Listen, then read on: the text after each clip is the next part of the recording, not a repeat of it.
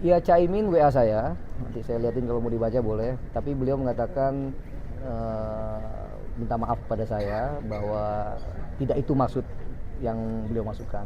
Jadi dia mengirim surat dengan yang lain soal tobat nasional itu bukan soal itu. Tapi saya menghargai Caimin gentleman ya, minta maaf dan saya kira sama anggota kabinet kita harus saling mendukung ya, saling mengingatkan. Tapi tentu ajakan tobatnya saya kira saya terima ya. Semua orang saya kira harus tobat, kita tobat bareng-bareng. Masih. Tadi kan salah satu anggota di DPR juga mencontohkan kabinet di Filipina ya Pak, yang tidak bisa mengatasi terus memilih untuk mundur. Nah kira-kira komitmennya dari Pak Menteri gimana Pak untuk di Indonesia sendiri, apakah bisa diatasi atau gimana? Saya yakin ya, namanya kekuasaan itu milik Allah ya, dan itu hak prerogatif presiden. Jadi saya siap dievaluasi. Saya katakan tadi kritik netizen kepada saya nggak pernah hapus ya, itu bagian dari apa namanya aspirasi, harapan, kemarahan tuh bahkan mungkin harapan, ekspektasi. Jadi monggo ya, tanggung jawab saya hanya bekerja semaksimal mungkin yang saya bisa. Selanjutnya itu adalah hak prerogatif Pak Presiden. Oke, makasih banyak. Terima kasih Pak Juli, ada Wakili pimpinan dan seluruh anggota Komisi 4 menyampaikan rasa duka cita yang mendalam atas musibah yang terjadi yang menimpa saudara-saudara kita di Sumatera, khususnya Sumatera Utara, Sumatera Selatan dan Aceh. Semoga para korban mendapat tempat yang baik di sisi Allah dan keluarga yang ditinggalkan dan korban-korban yang lainnya segera mendapatkan bantuan sehingga bisa segera terlepas dari penderitaan ini. Kemudian hari ini kami melakukan rapat kerja pertemuan dengan Kementerian Kehutanan untuk membahas mengenai bencana yang terjadi di Sumatera ini. Intinya kami minta kepada Kementerian Kehutanan untuk menghentikan segala pemotongan pohon illegal logging, baik legal maupun ilegal, yang nyata-nyata merugikan masyarakat. Kita lihat sendiri pohon-pohon yang begitu besar yang perlu puluhan tahun, ratusan tahun untuk sebesar itu dipotongin oleh orang-orang yang tidak punya perasaan gitu ya untuk motong itu, dan yang untung tuh ya mereka sendiri, rakyat tidak mendapat keuntungan apa-apa dari pemotongan itu. Kita minta supaya kementerian untuk menghentikan ini.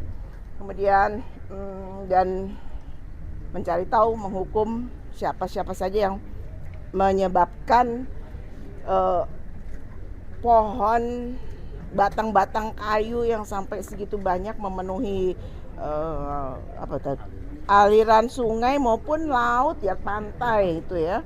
Jadi kami minta supaya itu ditindak, dan terutama juga mengenai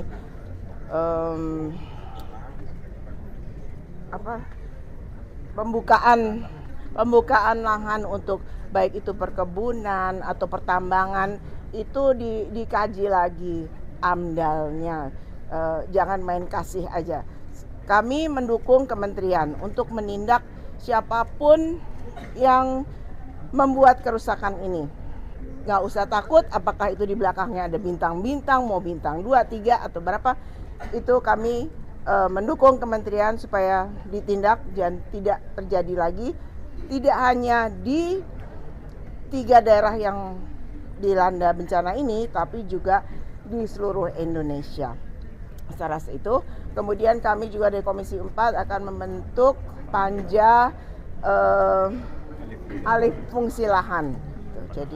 Jadi untuk supaya bisa membahas lebih lanjut lagi apa-apa ke depannya yang boleh dan tidak boleh dilakukan. Saya rasa itu. Bu Titi, ini kan tadi Pak Menteri juga mengatakan sudah mencabut 12 izin perusahaan. Nah, ini dari Komisi 4 sendiri, penegakan hukum apa yang seharusnya dilakukan Kemenhub agar hal ini tuh tidak terjadi lagi, Bu? Kalau hanya mencabut izin kan ini kurang kena gitu untuk perusahaan-perusahaan yang bandel gitu. Ini gimana, Bu? Ya, ya tentunya sesuai hukum ya, beliau dari kementerian mencabut. Tapi kalau yang memang merugikan sampai rakyat seperti itu, ya penegak hukum yang lainnya juga harus bertindak. Gitu. Dari aparat juga harus bertindak. Artinya tadi kan Pak Menteri juga mengakui bahwa Kemenhub ini menjadi salah satu yang berkontribusi dalam banjir bandang. Artinya ini memang ada pembiaran yang dilakukan oleh Kemenhub ya Bu ya untuk yang menyebabkan akhirnya terjadi banjir bandang ini. Ya kita lihat ini kan tidak terjadi semerta-merta karena setahun terakhir ini saja. Ini terjadi sudah akumulasi dari segala perusakan hutan kita yang terjadi selama ini.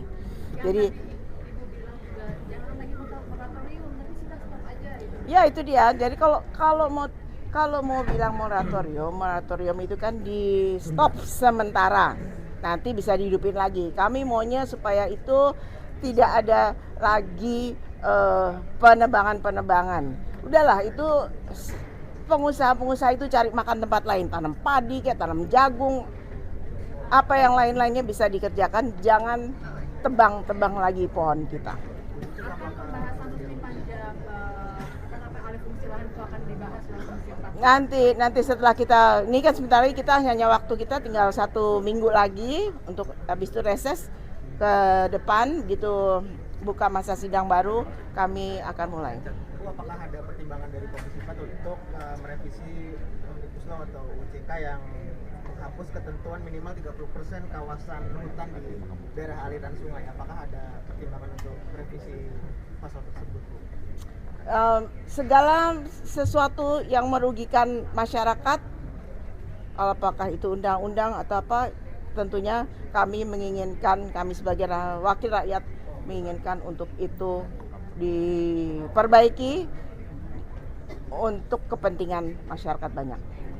Perizinan penebangan Ya, terakhir Oktober. di Tapanuli Selatan kemarin Pak Wamen kebetulan kenal baik dengan Pak Bupati, ya sudah kita klarifikasi, dan kemarin Bu Dirjen, ya saya hanya mengulang pernyataan Bu Dirjen karena beliau yang tahu persis ya. Pak Bupati itu pernah mengirim surat 2 kali ke kementerian dan salah satunya memang mengusulkan agar diberhentikan tuh sipuhnya ya, sipuh penata usahaan kayu di daerah APL.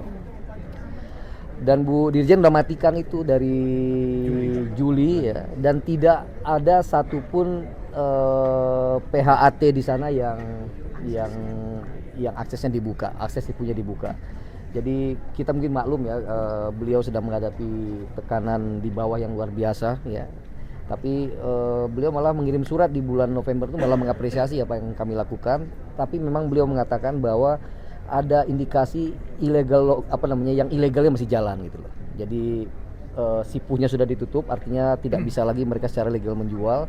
Tapi beliau mengingatkan kita masih ada tuh sepertinya bukaan gitu. Dan oleh karena itu waktu itu Gakum juga turun ya, dan ada salah satu ya, kita tidak lanjuti. Kemenhub ada target waktu untuk menyelesaikan yang diduga merusak hutan di sini, Pak Menteri? Sesegera mungkin. Saya tidak punya deadline.